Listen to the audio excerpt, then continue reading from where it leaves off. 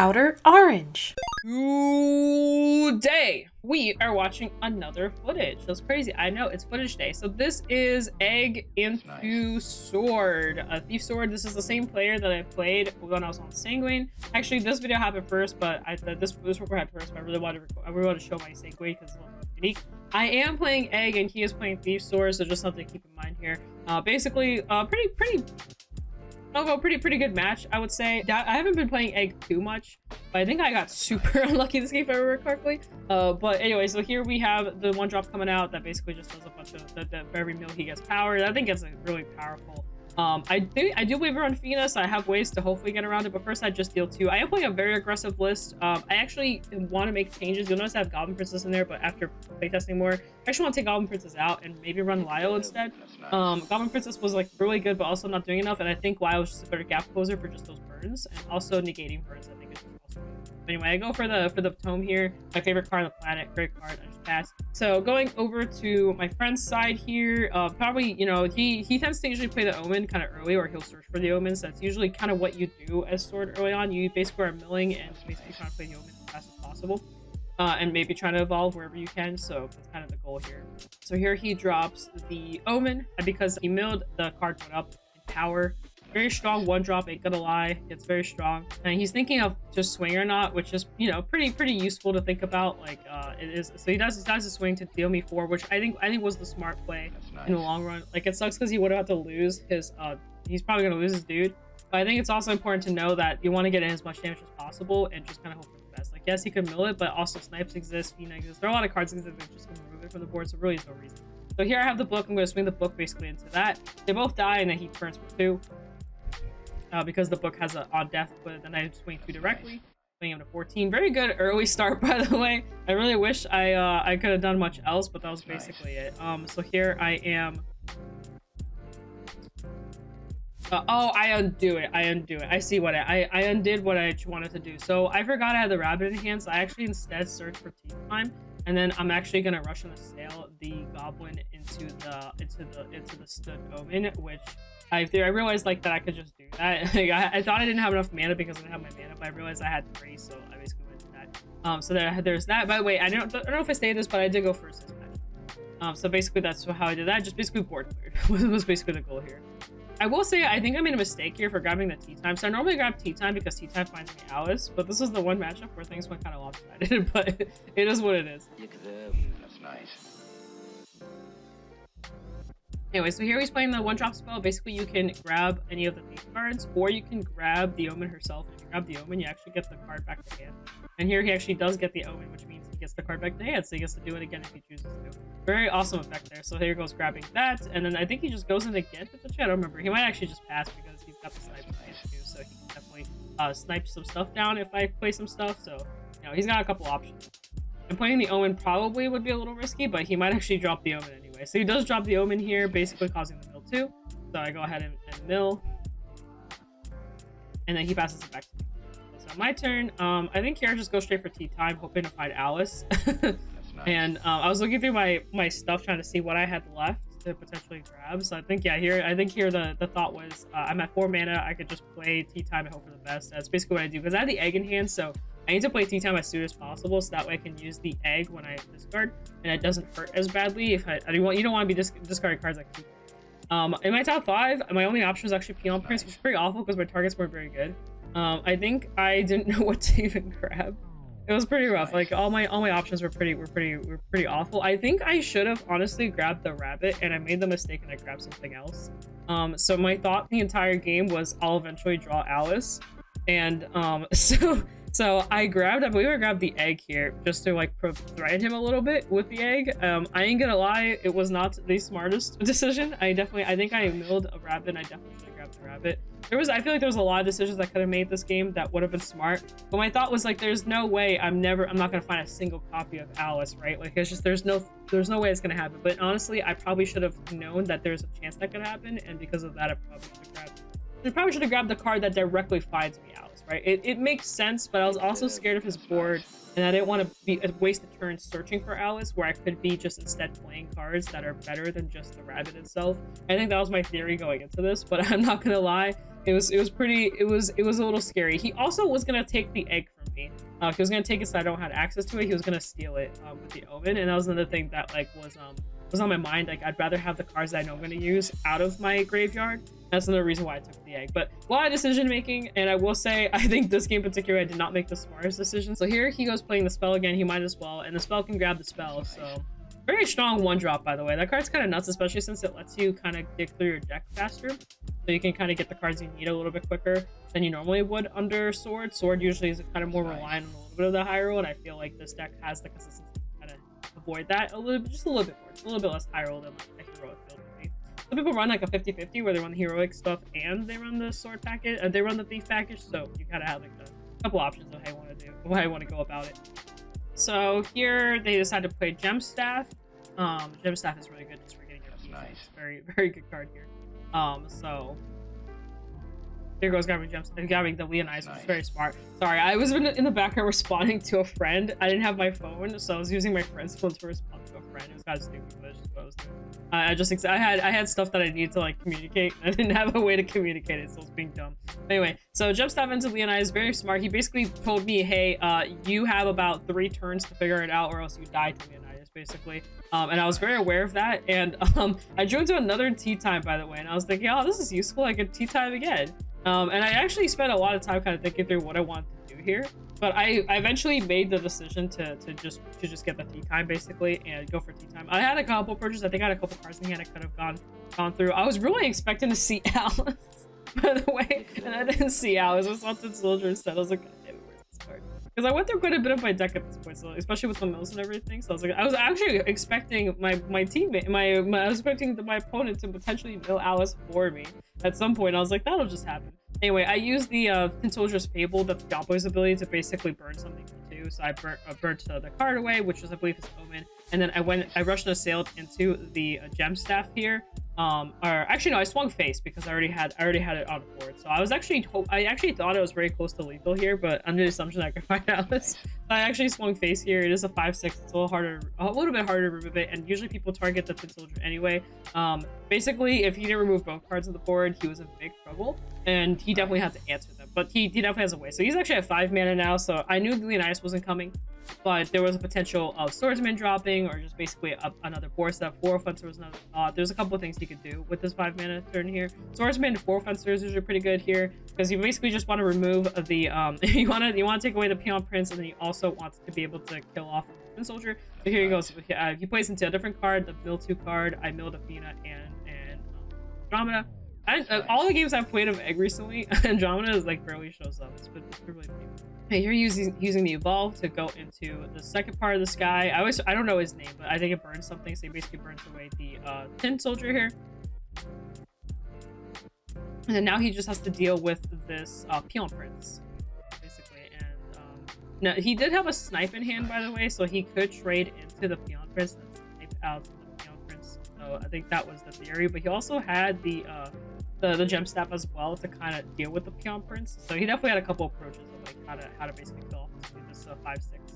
But I think the best approach is definitely swinging with the Evolve card into the Peon, and then swinging Gem Staff to face, nice. Which I believe is what he does here. So basically trades, so my Peon Prince goes down to 2. And yeah, and then he goes actually face here. Actually, yeah, he just kills it. He just kills all the papers, which is smart. It is a 5 damage, kind of risky. So yeah. So he passes back to me. I'm at 6 mana now. I drew into another egg, by the way, because I definitely didn't have much. I think it came to a point where I didn't know what to do here. I had a couple options. I probably could have Goblin Princess, but I actually chose, I think I chose to just explode. I don't know why I did this. I was kind of thinking through my actions here. I think Goblin Princess would make a little bit more sense, but also means all those cards I sent to the bottom are going to be back in potential the top again. And that was also another thing I was fearful of, because a lot of cards I sent to the bottom were non-Fable cards. That means I had a very high chance of drawing into Fable cards, so shuffling felt really bad. So I wasn't sure what the best approach was. I also had another Tin Soldier in hand, so that was another approach. But going Goblin Princess into a Goblin wouldn't be a terrible idea either, or even Goblin Princess into Freya, because since I had so many Tin Soldiers. But instead, I actually just nuked my hand and just went straight for the explosion, even though he had no board. I was really just trying to burn him down. Nice. I had another egg, obviously, in my EX zone as well, and I also had double tea time, so I had a lot of ways to kind of try and burn him down. So that was doing my mana. So here for the rest, I got the Tin Soldier out, and I basically got the burn, and then I just burned him down, and I passed turn there. At the moment, I'm basically presenting lethal, so he has to answer Tin Soldier, because if he doesn't, then I win the game. So, so in this situation, he knew he had to basically deal with the pin. So here he Leonidas. This is why I think the Goblin Princess would have made more sense to play, because he wouldn't have anything to swing into. So I could have potentially Goblin Princess and waited a turn, and then and so basically the Leonidas burns. He also takes a lot of damage, so he goes down to 2. And basically he told me, all right, go ahead, if you can kill me, you can kill me, type of thing. And I could this is rough. I not seeing Alice was definitely hurting me here. I think I was at 7 mana now, so I had 7 mana to work with. I could basically pop the tea time, get the egg out. I had a couple options here, but none of my options were very good because I actually could not deal 6 damage. It was very brutal. I could deal 5, I just couldn't deal 6. So here I decided to pop the VT time to grab the Tin Soldier.